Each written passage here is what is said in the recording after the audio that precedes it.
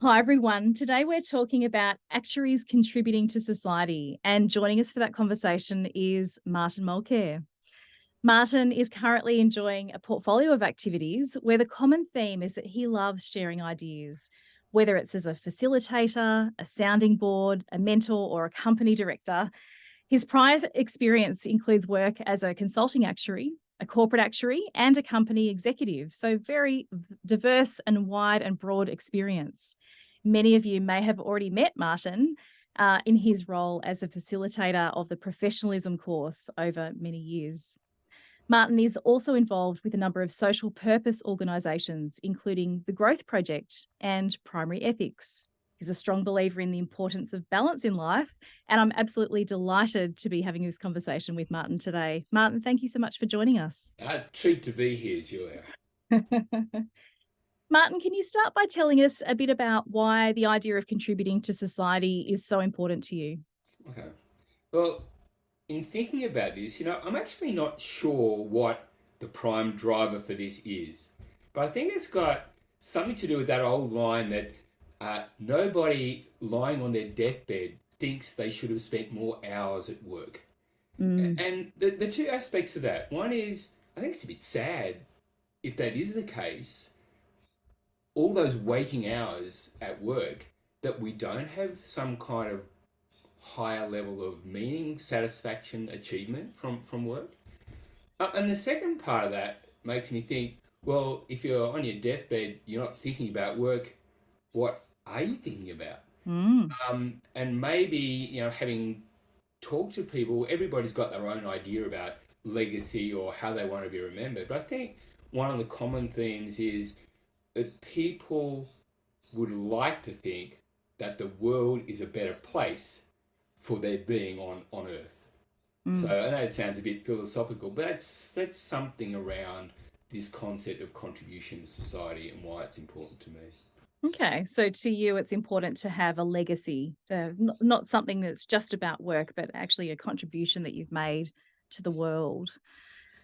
And that's I'm sure And, a lot of and people. Julie, if I may, not just for Mm, me, but encouraging other people, mm, within their constraints, to have that kind of little ambition as well. mm. And it's interesting when you say it like that, Martin, because I think nobody would disagree with that statement, but it's so easy to get into autopilot with your life and get busy doing your exams and chasing the next promotion and trying to buy houses and do all those things that we know we're wanting to tick off in life. But to make some time to step back and think, well, what would our legacy be, and how are we making a contribution? It's worthy of some attention and some time. So, looking forward to stepping through that in a little bit more detail with you in today's interview. Um, so, you've shared with me before what you call the four dimensions of giving. And I was really, really interested to see that, and we'll share the graphic to that on the in the show notes as well. But could you tell us a little bit about what you mean by the four dimensions of giving and what those key components are?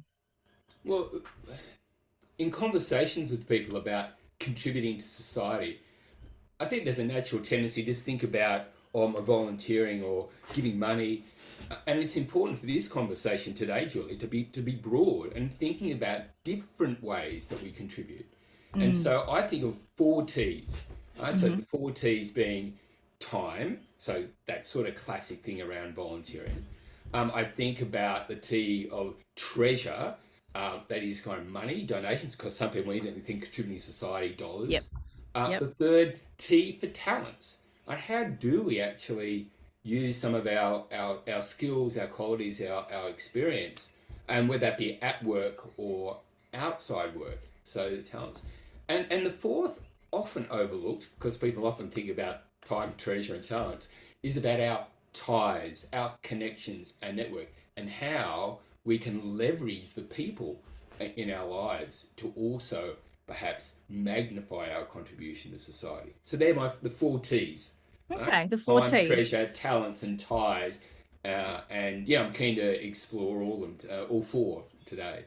Yeah, that sounds good. That sounds good. And I like the different aspects that those four dimensions it takes.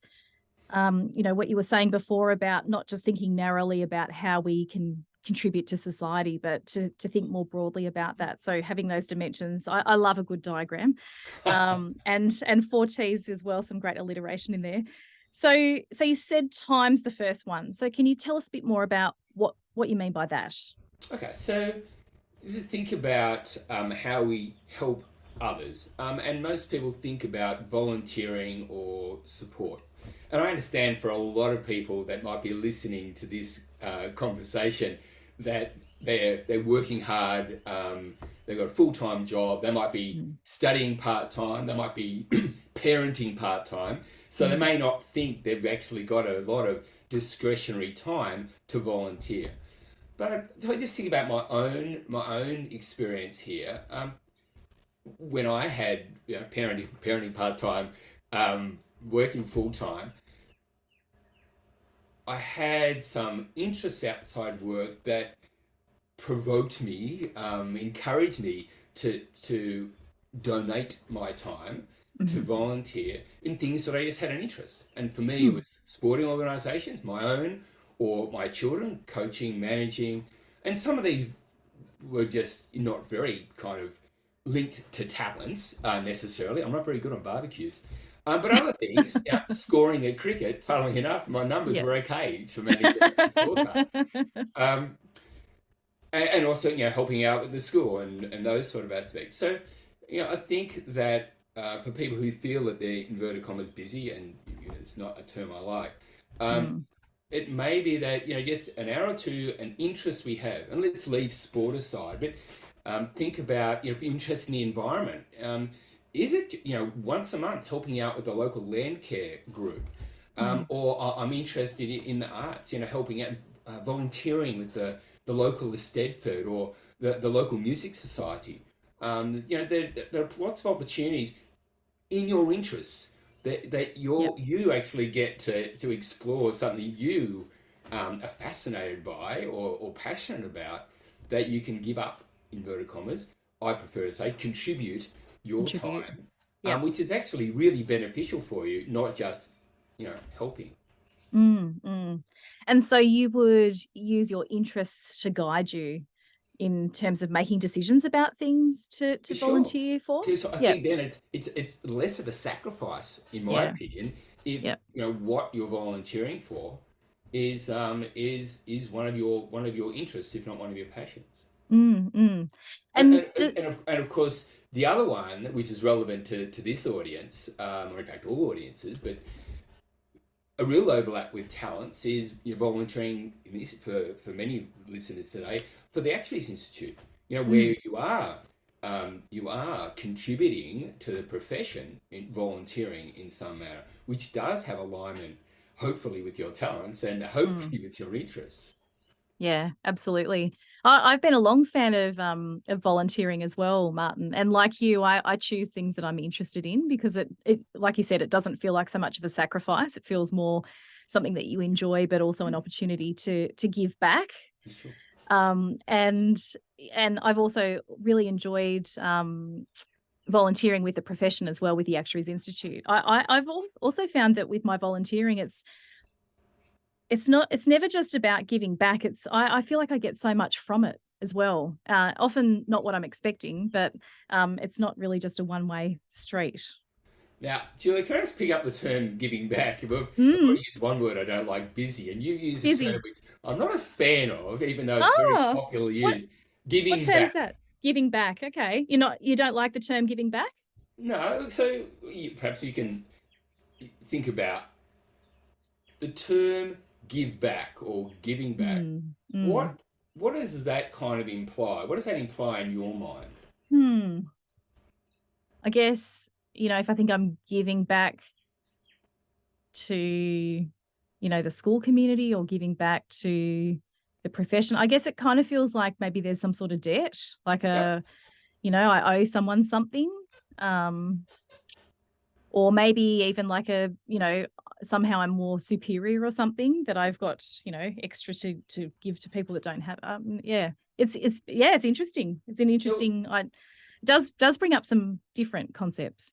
so thank you, because they're the two implications that bother me. This first one of Mm, debt, or I've taken too much. I owe society. I have to Yeah. give back my wealth because I've taken too much. Yes. I'm concerned about that mindset. I'm also concerned about this aspect of potential, of duty or potential arrogance, or Mm. I'm in a position to give back and you all Yes. should be more thankful for my Right. Right. contribution. Yeah. With I an think expectation as well. I think the Yeah. other aspect is, perhaps subconsciously or otherwise, if we think about giving back, then it provides a little excuse for people who don't yet have enough wealth to donate or Ah. enough Yep. time to, I'll wait until I'm semi-retired when I've got time to give, or I'll wait until Right. I've accumulated more and I own my own house, I don't have a mortgage, then I'll give money. I think the word giving back suggests or implies an excuse for delaying until you've got Mm. something to give. Yeah, Yeah, that's I can see why you don't like the term. I honestly, I use the term a lot, and I've never thought about it in the same way that we've just talked about it now. But now I can see that it potentially, yeah, could potentially give people a reason not to volunteer because they feel like they don't owe anyone anything, or they're not in a position where they have capacity to do so. So it's a really interesting take on it.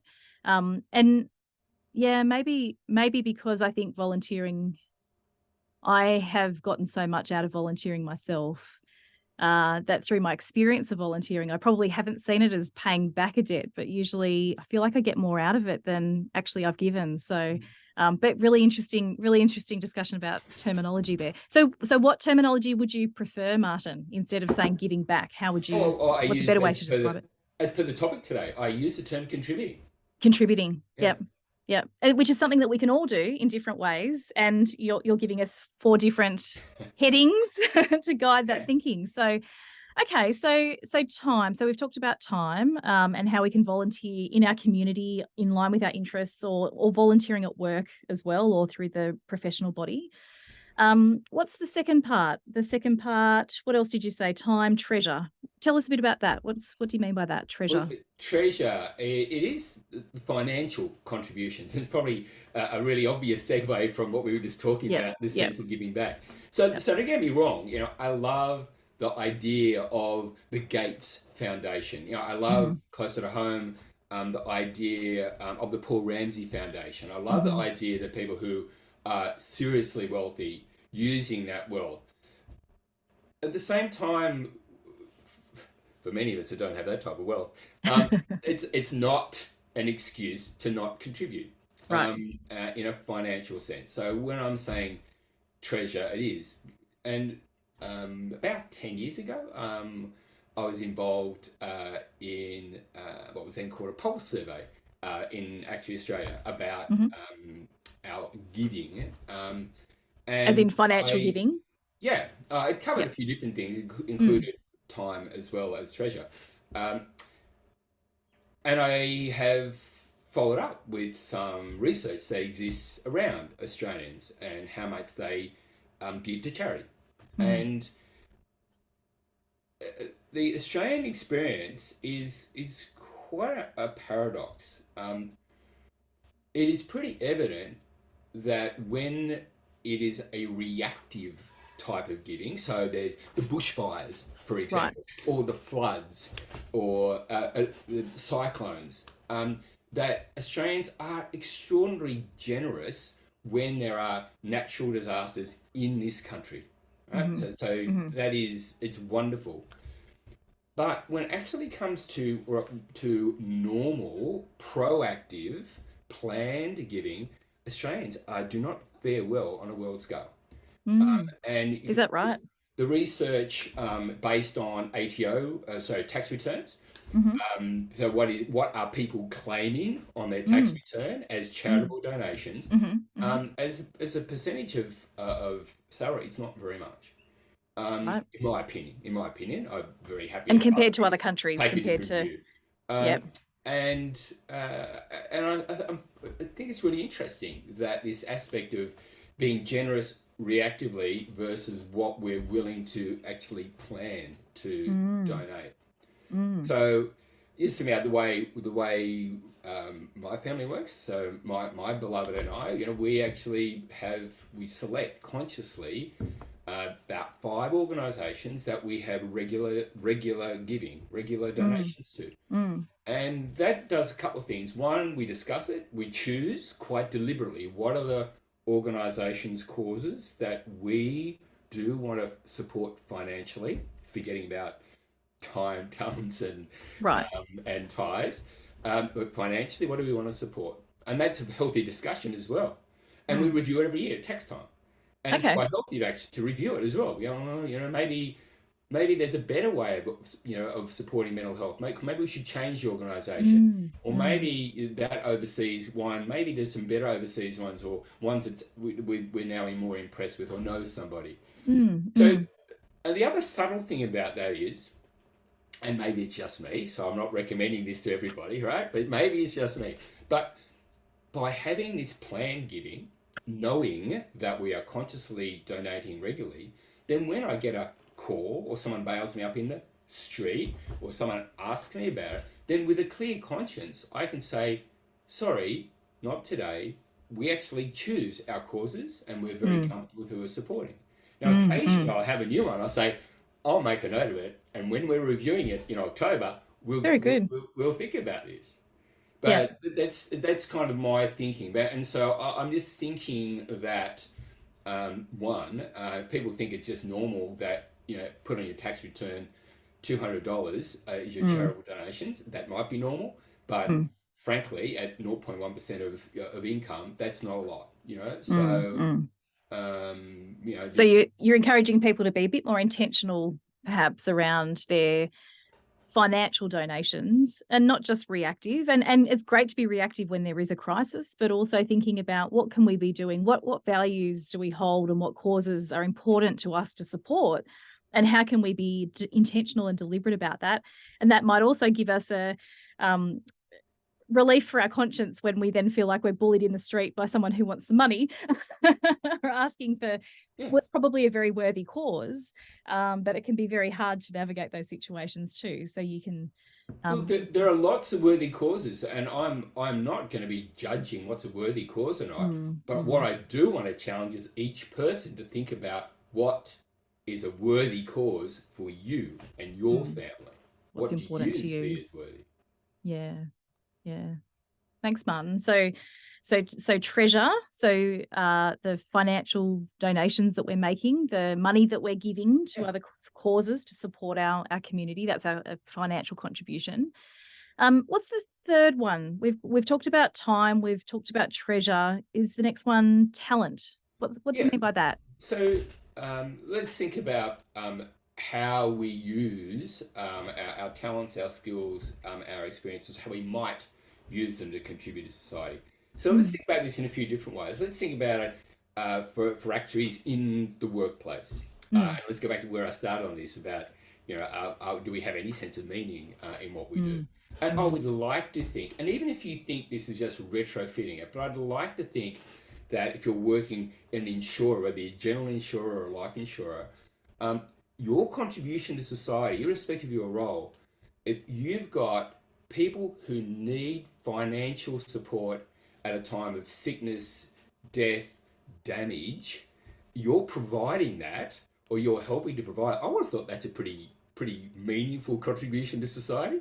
I think it's so meaningful. And, Martin, it took me so long to connect those dots as a young actuary in an insurance role and just thinking, oh, I'm just crunching numbers, I'm updating models, I'm spitting out reporting, how am I making a Yeah. difference? But you're right. If you actually helicopter up and think about the big picture and what insurance is doing for our society, it is very important. And the Well, actuarial role behind that is very meaningful. so even from beyond insurance, we can go a higher level. Are you thinking your roles in risk management, governance, valuations, Mm. capital adequacy? Like, if your role is to make sure Australia's financial institutions are safe, I reckon that's a pretty good contribution to society. Absolutely. Right? So, Absolutely. It's huge. okay, so that's what I think about a lot of what we'll call the traditional roles. But at the same time, as you know, better than anybody, Julia, like there are a lot of actuaries who are in far more what we might say specific, contribution to society roles. Think of Elise Sainty, Social Ventures Australia, impact Absolutely. now Kirsten Armstrong Kirsten. moving into that role. If anybody's seen the film that Kirsten working The documentary. with the six really impressive activist women in the environmental causes. I mean, It was yourself. a fantastic documentary. I should throw to you. So what your role, working with government to better, perhaps, hopefully, improve lives. I mean, how would you describe your contribution to society as an actuary working with government?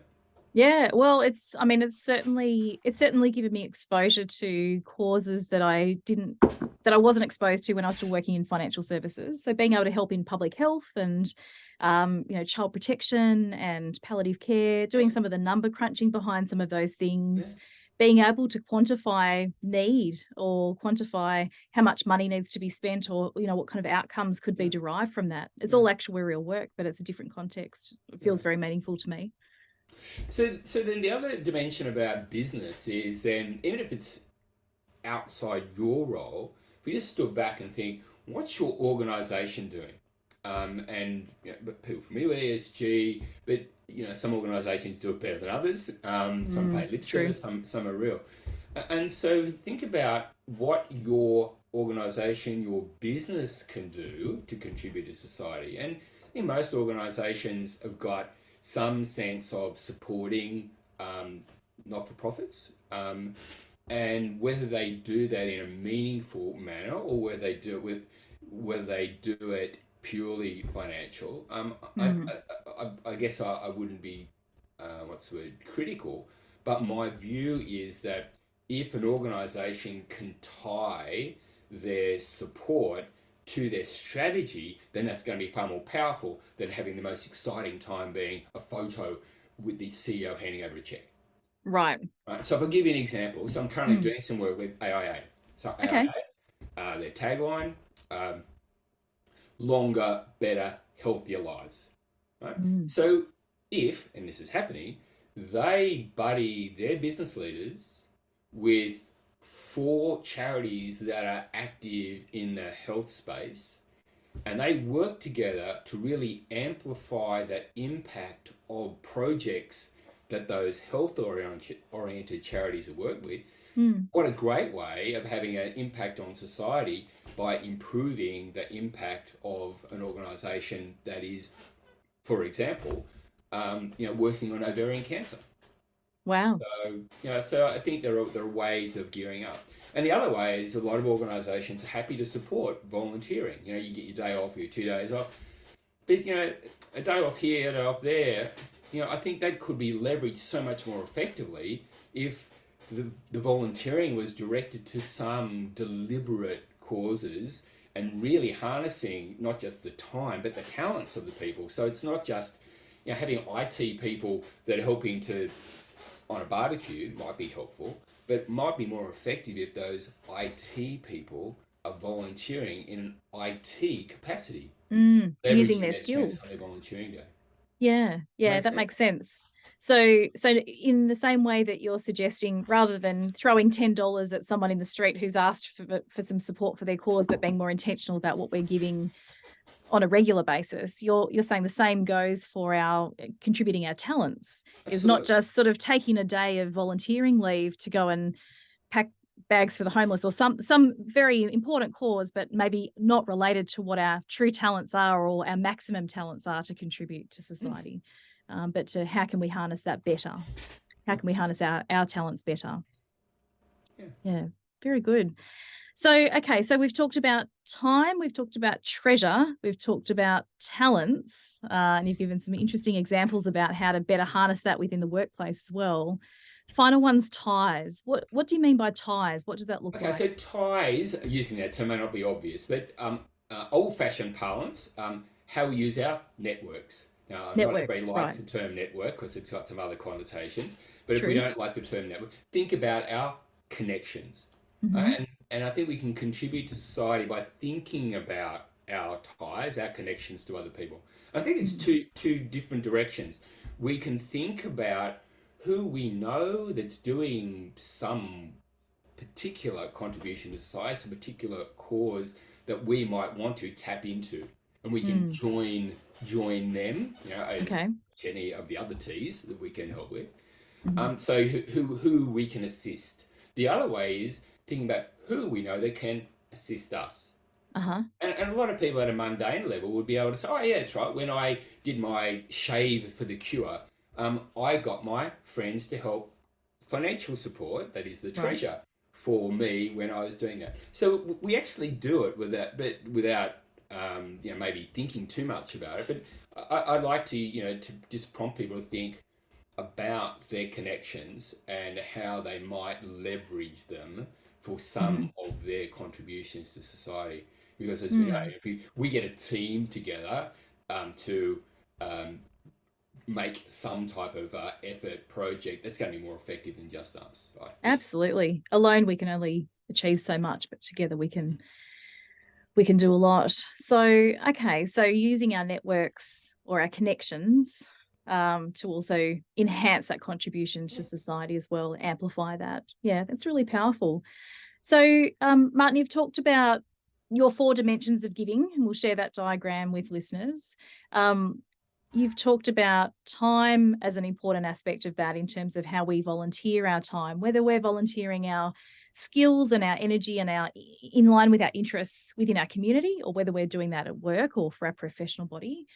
You've talked about treasure, so the aspects of financial giving and how we might be more mindfully donating and contributing our treasure to society in line with our values in a way that's important and meaningful for us. You've talked about talents and how we can harness our talents at work, and to whether we're using volunteering days or whether we're harnessing our actual talents and our well-honed talents in a professional setting as well. And you've talked about ties, so how we use our connections or work together to increase impact as well. And all of those 4 things coming back to your original mission statement of or impact of making sure that we're creating a legacy, so that when we're on our deathbeds, we're not just looking back and thinking about the time we spent at work or the houses we bought or the money that we gave to the person in the street, but what's that legacy look like in terms of our financial donations and our time and our energy and our talents. And I really love that as a broad way of thinking about our contribution to society. It's not just about donating money. It's not just about our volunteer days. It's so much broader than that. So I guess to wrap up, I'd just like to ask you, Martin, what's one tip that you would give to actuaries who have maybe heard your talk now and feeling more inspired to revisit their own contribution to society and maybe wanting to improve that in some way? Okay. Let me first say, I hope people feel inspired. I'm also conscious this is a sensitive topic, and some people may be feeling quite defensive about, Mm-hmm. well, I don't have time, or I don't have money, or I don't have talents, and that's perfectly fine. I'm not here Mm. to in any way be critical of what people are doing, but I do Mm. want to, maybe inspire is a strong word, but at least provoke people to think. So it'd be that, to initially just think about then how deliberate or otherwise you are with your Mm. time or your treasure. But the Mm. real tip is, especially people working in a large organization, just take a little bit of time to understand what social purposes your organization is supporting. So who are the not-for-profits, the charities that are being supported, and see if you can understand why. And I really encourage people to be a little bit more activist about how it can be better leveraged. If you've got a foundation that's doing something, but the people in the organisation don't know about it or aren't given opportunities to contribute as well. And then the second part is the one we've already touched on: is if you've got some type of volunteer day structure in Mm. place, is it actually effective? Are there other ways that it could be leveraged for greater impact? So I just encourage people to just explore what in your workplace is being contributed to society in terms of support for organisations, or the way your volunteering works, or in fact doesn't work. Okay. And so as part of that process, Martin, if people are revisiting how they use their volunteering days, because I remember often if there was nothing organised, I'd use my volunteering days to do my existing volunteering work.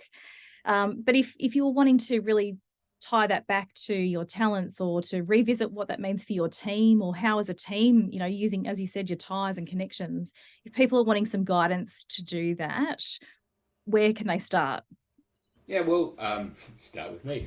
Right at the beginning, you introduced me as saying I like sharing ideas. I'd love to share some ideas about how to better leverage a volunteer day structure. And as per my Great. AIA example, I'd love to share ideas about the whole concept of shared value.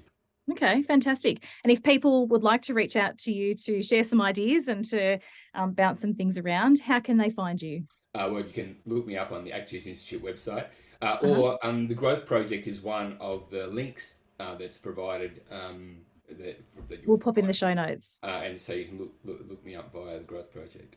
Excellent. Okay, so Institute website for Institute members. Other actuaries might be able to find you on LinkedIn.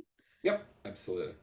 Wonderful. Or the Growth Martin, thank Project. you so much for your time today. It's been a really lovely discussion about the different ways that we can contribute to society. Thank you so much for sharing your ideas with us today. Been a pleasure. Thank you, Julia.